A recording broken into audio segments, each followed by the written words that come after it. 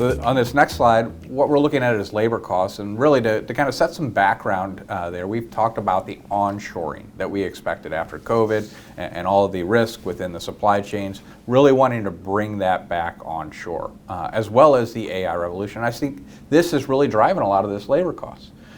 Because there is onshoring, there's more demand for jobs, unemployment is very low.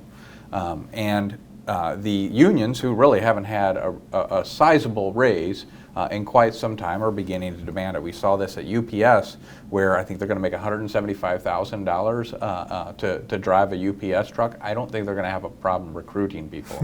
It's going to be really hard to get there. But we also see it within the Screen Actors Guild, and then the biggest threat right now is probably the United Auto Workers. I know we have a lot of local factories that are suppliers to that are really concerned about this, and they're asking for a 40% increase. Once again, I think what is behind the story is that there is onshoring. There's a lot of demand for employment, and then there's also the AI that's coming in, that's taking place. So one thing is in California, they are actually outlawing the use of AI for trucks. It's going to be a boom and a benefit for truck drivers if they are not competing against AI. But then the Screen Actors Guild, a lot of that is they don't want AI being used to make content. I don't know how they're going to win that fight long term because you can now do it at a much lower cost.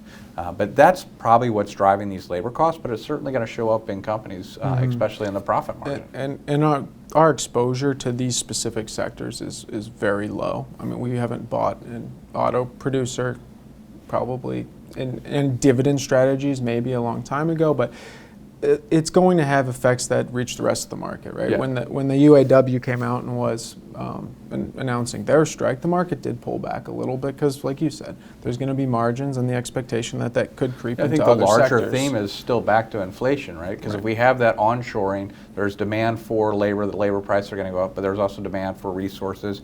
You can look at that yellow truck as one of the companies that have now gone under. They're selling their assets. That was the discount provider for shipping.